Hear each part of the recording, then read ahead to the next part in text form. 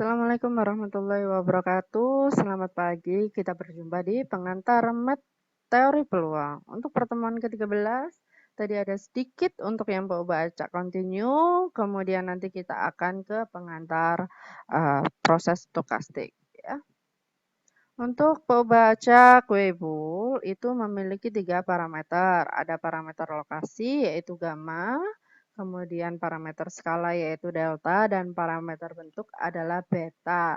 Di mana nanti fungsi densitasnya seperti ini dan fungsi kumulatifnya adalah seperti ini.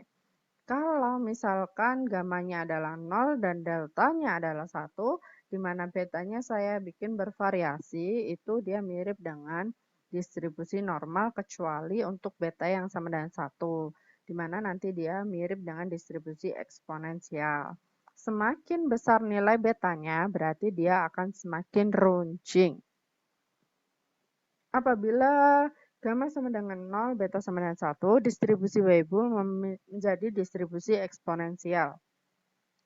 Pemakaian distribusi Weibull itu adalah saat reliability engineer sebagai model jangka waktu kegagalan dalam komponen elektrik dan sistem. Contohnya kalau peralatan elektronik itu komponennya adalah elemen memori, sedangkan kalau di pesawat terbang itu ada namanya elemen struktur. Rata-rata dari distribusi Weibull adalah gamma plus delta kali fungsi gamma 1 plus 1 per beta. Contohnya, jangka waktu kerusakan suatu komponen elektronik sesuai dengan distribusi Weibull, di mana parameternya adalah gamma sama dengan 0, beta sama dengan setengah, dan delta sama dengan 1000 jam. Carilah peluang komponen diharapkan berfungsi baik sampai dengan 4000 jam. Jadi di sini itu adalah fungsi kumulatif dan kita langsung masukkan aja ke dalam fungsinya sehingga nanti kita peroleh hasilnya adalah 0,864. Di mana dalam prosesnya tadi itu ada yang 1 minus 0,135. Nah, 0,135 itu adalah peluang dia rusaknya dalam sampai dengan 4000 jamnya. Nah, kita akan ke bagian yang kedua yaitu pengantar proses stokastik. Proses stokastik adalah suatu keluarga baca XT atau XT di mana T adalah anggota T besar dan T besar adalah berjalan 1, 2, 3 untuk yang diskrit, sedangkan kalau kontinu adalah 0 sampai dengan tak hingga. Contohnya pada percobaan pelemparan mata uang berkali-kali, X1 menunjukkan pembacak yang berhubungan dengan pelemparan pertama. X2 untuk pelemparan kedua sampai dengan Xn itu untuk pelemparan ke N. X1 sampai dengan Xn ini disebut keluarga pembacak yang dapat juga disebut proses stokastik. Contoh yang kedua adalah banyaknya kelahiran di suatu tempat pada suatu hari. Bila XT adalah banyaknya kelahiran pada waktu 0 sampai dengan dengan T-nya adalah antara 0 sampai dengan 1440 hari. Maka kumpulan dari XT adalah proses stokastik. Proses Markov adalah proses stokastik yang mempunyai sifat bahwa jika nilai Xt telah diketahui maka Xs di mana S lebih besar T tidak dipengaruhi oleh Xu dan U ada kurang dari T. Dari situ kita tahu bahwa fenomena masa datang hanya dipengaruhi saat ini atau sekarang dan tidak dipengaruhi oleh masa lalu. Rantai Markov dengan waktu diskrit disebut discrete time Markov chain, itu berarti nanti XD-nya adalah bernilai diskrit. Secara matematis bisa ditulis seperti ini ya, di mana Xn sama dengan J itu artinya rantai Markov pada waktu N berada pada state J. Peluang Xn plus 1 berada pada state J jika Xn berada pada state I dilambangkan dengan peluang IJ pangkat N, N plus 1. Peluang Xn plus 1 sama dengan J dengan syarat Xn sama dengan XIN dinamakan peluang transisi satu langkah karena di sini ada N plus 1, di sini N, jadi hanya ada satu langkah saja. Bila peluang transisi satu langkah bebas terhadap perubahan waktu acak N, jadi tidak terpengaruhi atau bisa kita anggap aja sama antara N dan N plus 1 sehingga PIJ-nya itu kita anggap PIJ ya. Secara umum peluang transisi bisa dibuat dalam matriks seperti ini ya, di mana baris ke I plus 1 dari P adalah sebaran peluang dari nilai Xn plus 1 di bawah kondisi Xn sama dengan I.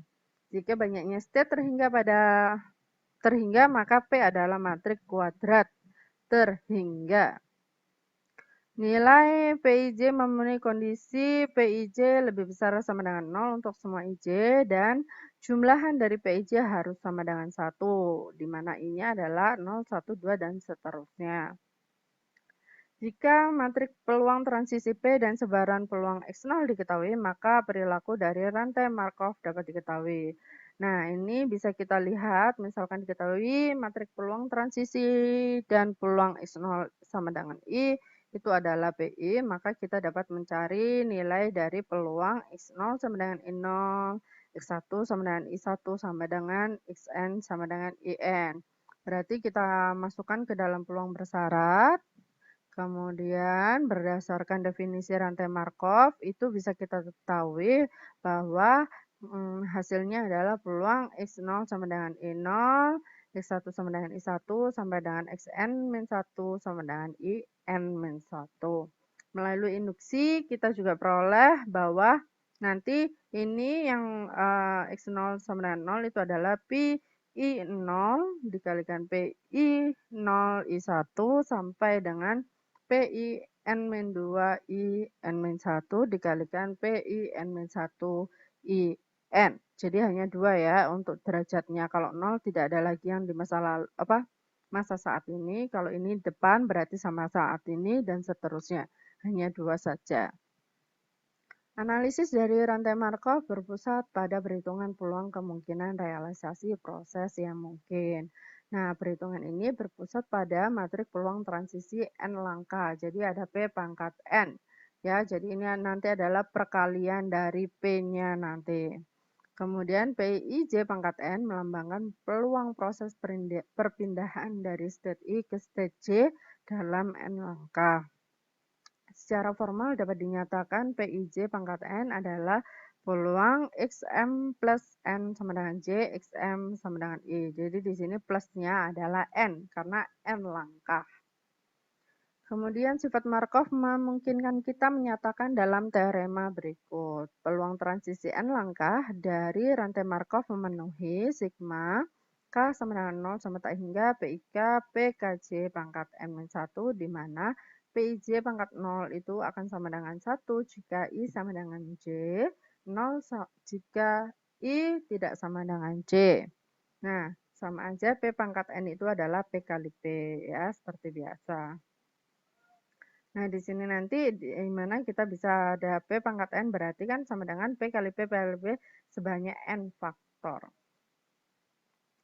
Matriks peluang transisi reguler. Misalkan P matriks peluang transisi mempunyai sifat yang dipangkatkan K, mempunyai elemen positif P, ya, maka P dikatakan reguler. Rantai Markov yang reguler memiliki limiting probability distribution yaitu P, di mana ada P0, P1 sama dengan Pn besar, di mana P itu lebih besar dari 0 dan jumlahan dari P harus sama dengan 1.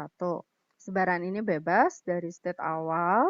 Kemudian untuk matriks transisi yang reguler itu limit N sampai dengan tak hingga PIJ pangkat N adalah PJ, di mana harus lebih besar 0 dan J-nya juga 0, 1 sampai dengan N. Contoh rantai Markov. Nah, kalau misalkan kita tahu tadi ada matriks peluang transisinya adalah seperti ini, yang pasti dalam satu baris harus sama dengan 1. Dan di sini adalah satu main A, ini B, berarti ini adalah satu main B. Sehingga limiting probability density function-nya, ya, probability distribution-nya adalah seperti ini. Ya, nanti ada A per A plus B, B per A plus B. Jadi yang atas ini sama dengan yang bawah, yang atas sebelah kanan sama dengan yang bawah. Seperti itu.